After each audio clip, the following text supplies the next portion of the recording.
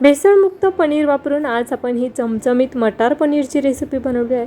करायला सोपी आहे, झटपट बनवून तयार होते आणि यामध्ये अगदी आपण घरी बनवलेलं पनीर वापरलेलं आहे आणि हेच भेसळमुक्त पनीर घरच्या घरी कसं बनवायचं याची रेसिपी गेले 2 ते 3 दिवसापूर्वी अगदी डिटेलमध्ये आपण पाहिलेली आहे। ती जर रेसिपी तुम्हाला पाहायची असेल तर या व्हिडिओच्या शेवटी दिलेली आहे, तिथून तुम्ही नक्कीच क्लिक करून ती रेसिपी पाहू शकता। सो हाय, मी कविता, मी तुमच्यासाठी घेऊन येत असते दररोज दुपारी 12 वाजता अशाच हेल्दी रेसिपीज। त्यामुळे चॅनलला सबस्क्राईब केलं नसेल तर सबस्क्राईब करा। आज आपण भेसळमुक्त पनीर वापरून चमचमीत मटार पनीरची रेसिपी तयार करणार आहोत। त्यासाठी या ठिकाणी पनीर अगोदर मी तयार करून घेतलेलं आहे। ग्रेव्हीचं वाटण करण्यासाठी आपल्याला खोबरं, लसूण, हिरवी मिरची, कांदा, टोमॅटो आणि अद्रक लागणार आहे। या ठिकाणी आपण हे सगळं साहित्य घेतलेलं आहे। आता खोबरं जे आहे ते ओलं खोबरं घेतलेलं आहे।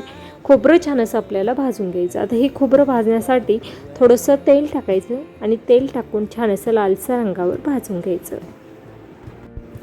खोबरं आपल्याला छान एकसारखं लालसर रंगावर भाजून घ्यायचं आहे।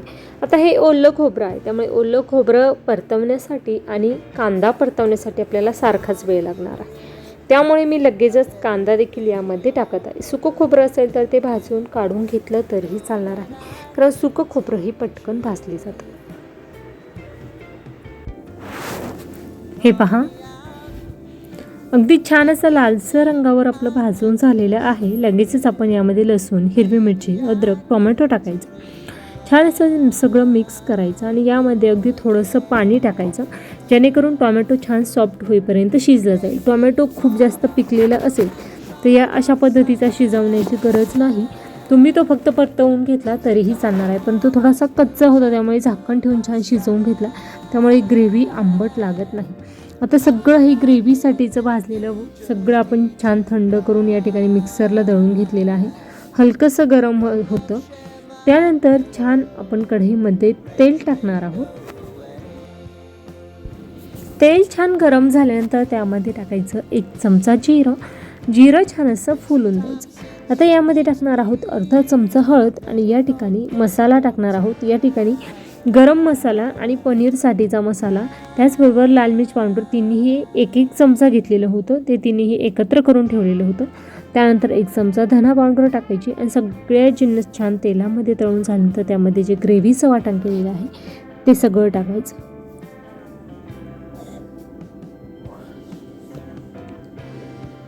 हे ग्रेव्हीचं वाटण आपल्याला छान असं परतवून घ्यायचं आहे।